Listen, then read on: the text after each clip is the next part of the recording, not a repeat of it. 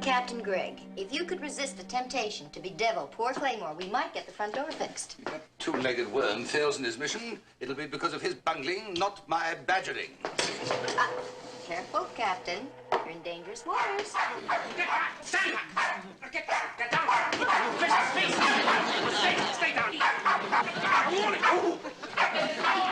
Mrs. Muir! Get back! Scruffy, I'm surprised at you. That's our friend Claymore. I'm sorry, Claymore. Mrs. Muir, if I am to continue my work, I must have protection from all attacks. From animal, human, and you know who. Scruffy, I promise you Claymore won't happen again. I certainly hope so. Promised it, you bet. Now, I don't want you to be mean to Claymore again. You just stay here until your lunch is ready. The way things were going, I thought he was about to have lily liver for lunch. I never got into that dog. Captain, I hope that attack on Claymore was not your idea. Mine, madam. Give some credit to your wise little dog. Animals have a sixth sense about people. Scruffy instinctively recognized all that was worthless in Claymore's character, and that's why he was so hostile towards him. All right, Scruffy. Lunch. I once knew a little dog.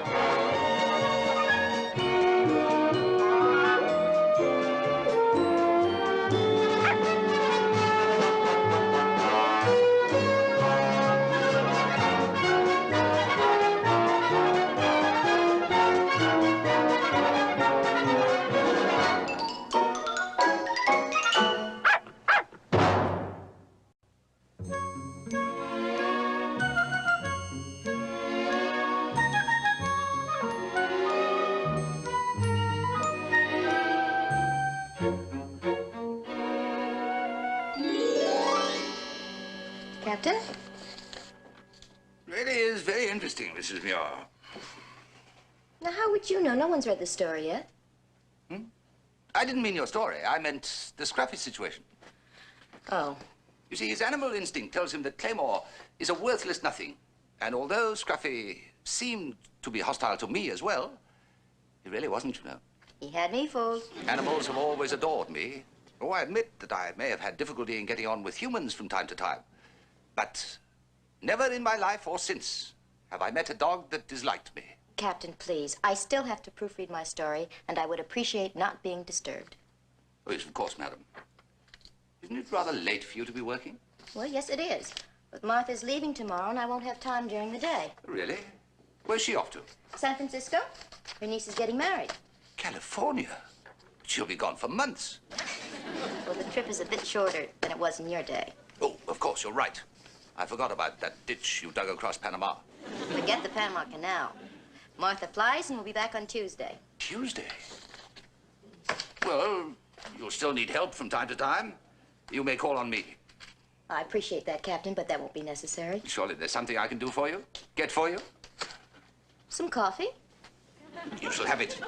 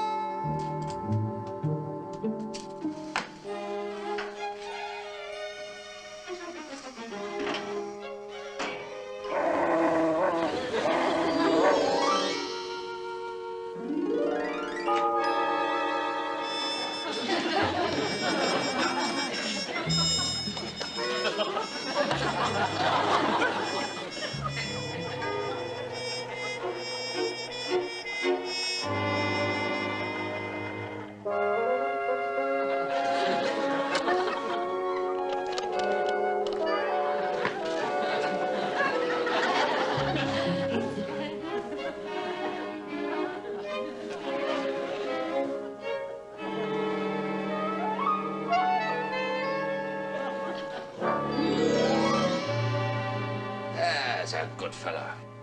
That was just a misunderstanding we had early today. People may have changed since my day, but a good dog is still a good dog and knows a friend when he sees one. What's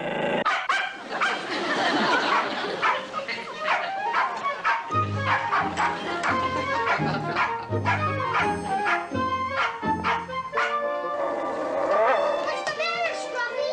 Oh, we're here, don't worry. Something scared Scruffy. It could have been a burglar. Maybe you and me better look around, Mom. No, wasn't a burglar. Must have been something scary. Oh, it was probably just a bad dream. I didn't know dogs dream. Sure they do. Come on, we better get upstairs and go to bed, huh? Mom, can Scruffy sleep in our room tonight? All right, yeah. I wonder what gave Scruffy the bad dream.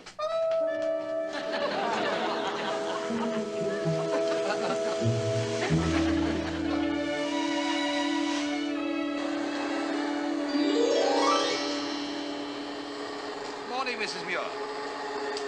I'm sorry, I couldn't hear you. I merely said good morning. Oh, well, good morning to you, Captain. There's a matter I've been giving a great deal of thought to, and turned the blasted thing off.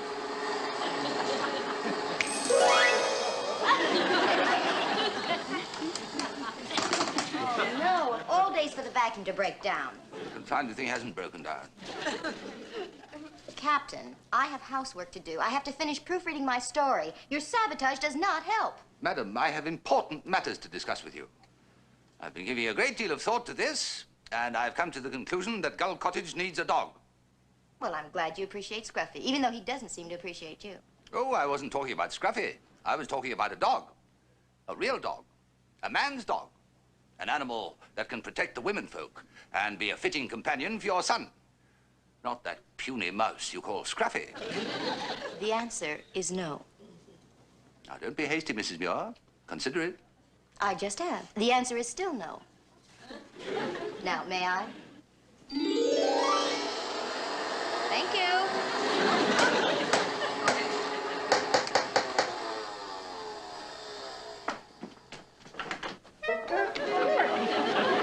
Oh, no, you don't. I'm sorry, old fella. We're just all full of... Captain Gregg, will you get this monster out of here? I won't have him in the house. Wow, look at that! Where we get him, Mom? He's beautiful. He's as big as a whale. Who gave him to us? No one. He's not ours. Hi, Moby Dick. Whose is he? Well, I don't know. If you don't know whose he is, how do you know he's not ours? Look, Jonathan, kids, we already have a perfectly wonderful dog called Scruffy, remember? What's wrong with having two perfectly wonderful dogs? I like you, Moby Dick. I love you, Moby Dick. Lost. Black Great Dane answers to Gypsy. Valuable Blue Merle Collie. No. Mixed Peak named Loverboy. Hardly. Madam, is it possible that you are considering adding still another dog to Gull Cottage? Not exactly. I'm trying to subtract one from the two we already have. Now, don't be rash, Mrs. Muir. I've looked through all the lost dog notices. There isn't one description that faintly resembles Moby Dick. Well, you've fulfilled your obligation, Mrs. Muir. I'm sure that you'll find Moby Dick a great asset to Gull Cottage. He's a great liability to the food budget. Do you know what it costs to feed that dog per day? A worthwhile investment, Mrs. Muir. Especially when you consider the security and protection that Moby Dick will give you. Well, and now he's murdering Scruffy. I'm sure that Moby Dick would not attack Scruffy without provocation.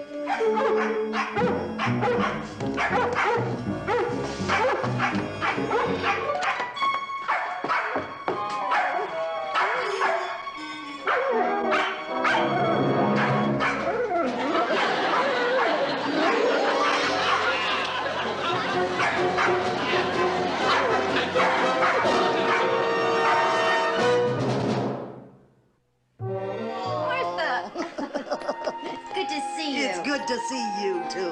Marvelous to be home. How are the children? Oh, they're fine. They wanted to stay home from school today for your arrival. Oh, sure. Any excuse to stay home from school. Oh, I brought them little souvenirs from California. Oh, you shouldn't have done that. Oh, they're only trinkets. How was the trip? Fine, fine. How was the wedding? How did your niece look? Beautiful. I was thinking the last time I saw her, she couldn't have been any older than Candy. And there she was, getting married. Thank you. Something's missing. Oh, it's the lamp. Oh, of course. What'd you do with it? Well, it was knocked over and it's being repaired. Jonathan playing ball? No, Candy? no. It wasn't the children. Well, then who was it?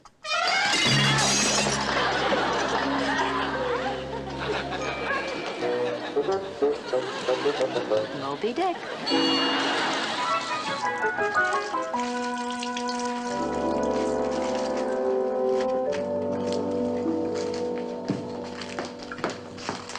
Martha, there's a bucket of clams in the pantry. Yes, I saw it. That dog not only breaks everything in sight, he sheds his hair all over the furniture. I know. If you're not picking up pieces, you're vacuuming. Well, how'd you get any work done? Well, I didn't. I've hardly written a word since Moby Dick moved in. I'll get it.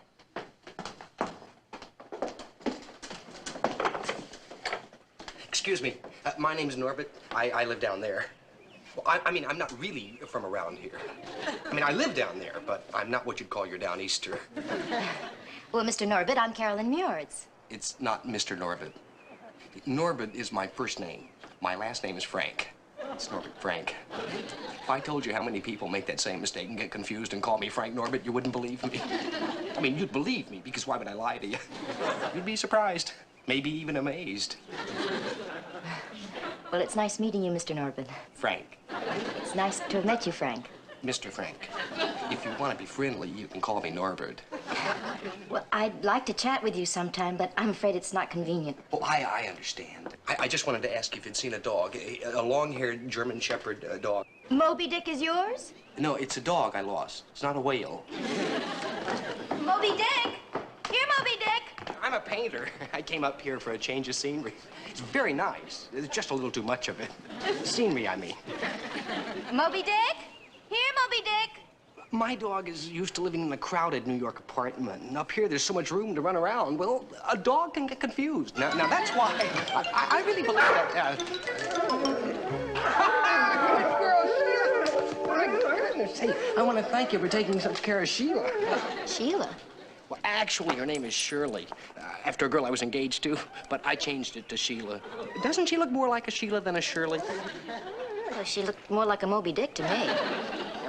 Well, Mrs. Muir, I'm renting the Blake Cottage in case Sheila wanders over here again. I remember that. Thanks. Bye, Mr. Norbert. No, Frank. It's Mr. Frank.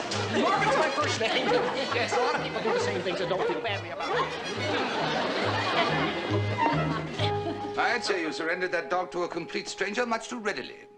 You should have questioned the man. How can you be sure that he was telling the truth? It was obvious. You could see the affection they had for each other. Affection can be simulated. Not by a dog. When a dog loves someone, he shows it.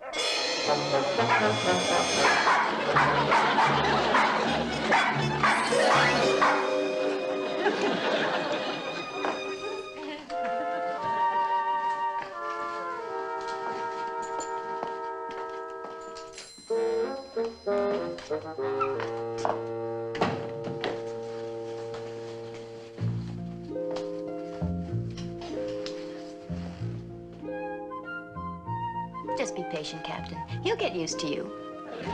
In time. I have no intention of getting used to him. He's a rude, noisy, and thoroughly irritating animal. Really, Captain, all this complaining about a harmless, darling little dog. Darling, that obnoxious little beast. Captain, you should be ashamed. A big ghost like you intimidated by a little dog like Scruffy. I am not intimidated. I may be irritated, aggravated, and alienated, but I am not intimidated. Captain, I think you're losing your cool. Take warning, madam. I will not tolerate his antics any longer.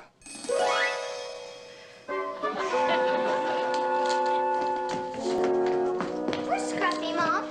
I haven't seen him this morning. He's not in the house. Well, if he's not in the house, there's a very good chance he's outside. Where? Yeah, Mom, we're outside. And the best way to find Scruffy is to go look for him. But we did look. We'll go outside and call him. He'll hear you. Come on, Scruffy. Where are you, Scruffy? We miss you, Scruffy. He wouldn't be there. How do you know for sure? Because you just looked there about 1 minute ago.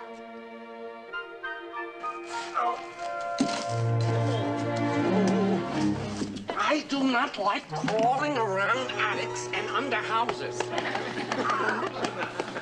What was I looking for anyway? Scruffy, Scruffy? Well, why couldn't you look for him or the kids? Why me?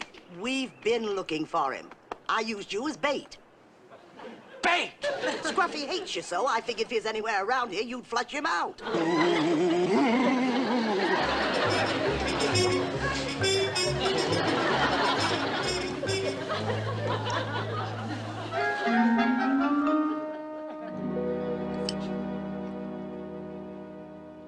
Scruffy will come back, won't he?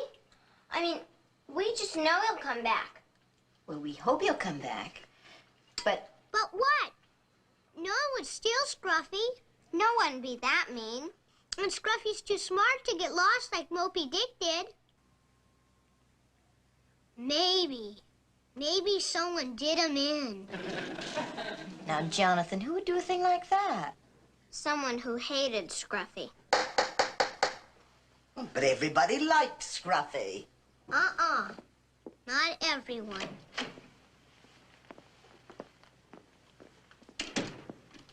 Oh, Mrs. Muir, I'm sorry. I didn't want to disturb your dinner, but I just wanted you to all know that I have looked all over town for Scruffy. Oh, that's very sweet of you, Claymore.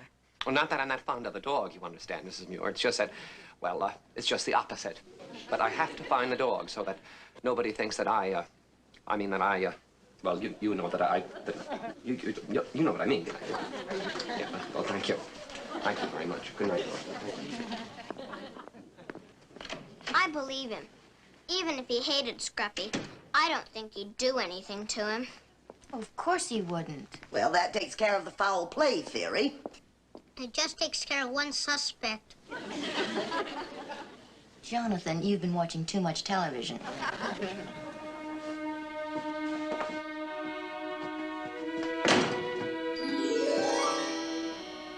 Jonathan. I'm sorry about your dog. I'll lend a hand in searching for him if you like. Why? You're glad he's gone. Now, hold hard there, mate. I didn't hate Scruffy. We've had our differences, I know, but nothing like this.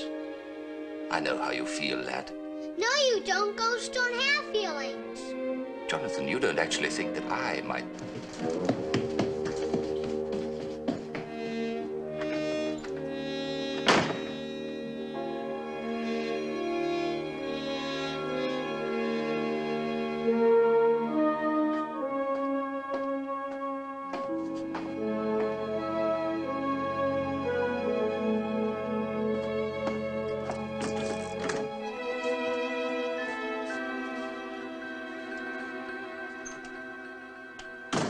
Tried the pound, searched the beach, questioned the entire population of Schooner Bay.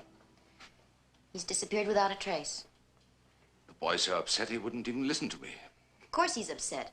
Everything they say about a boy's love for his dog is true. But he even implied that I may have something to do with Scruffy's disappearance. You can't blame him. Not after the way you carried on about that poor dog. Mrs. Muir, do you think I harmed that dog? Well, you did a lot of threatening and blustering. But do you believe that I could ever do anything that would hurt you or your children in any way?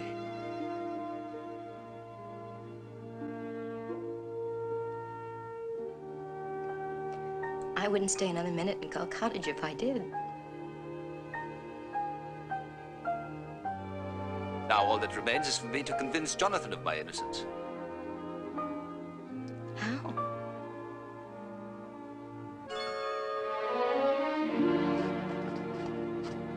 Let's look under the house. We already looked under the house.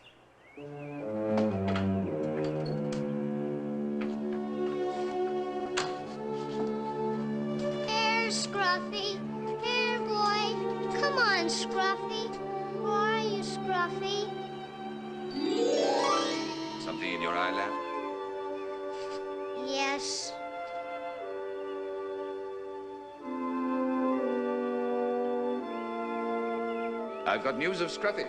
Where is he? Is he okay? Yes, Jonathan, he's okay. Why didn't you bring him? Well, because he'll come back when he's ready. Come and sit down, lad, and I'll try to explain it. You see, Jonathan, Scruffy is, well, let me put it this way. All living things have a way of, well, for example, you know that birds hatch from eggs.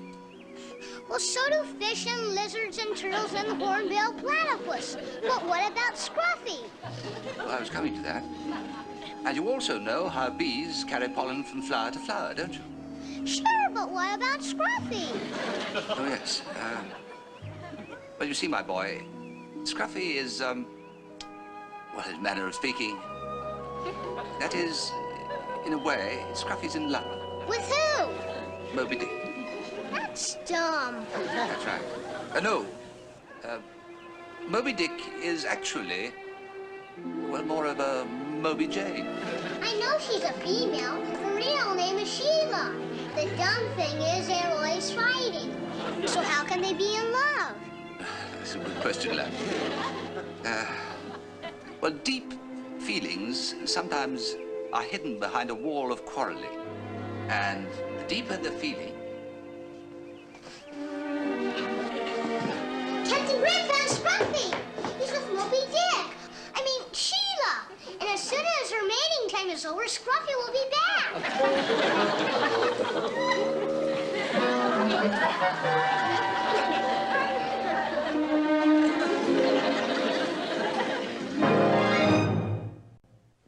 It's very generous of you to help find Scruffy, considering. Considering what, madam? Well, considering that you and he don't get along too well together. That's all in the past, Mrs. Muir. When Scruffy returns, he'll be in a much better mood. And...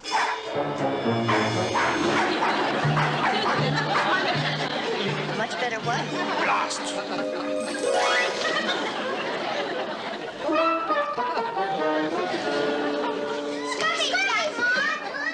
Oh, hi, Scruffy. We're all happy to have you back, Scruffy. Well, almost all.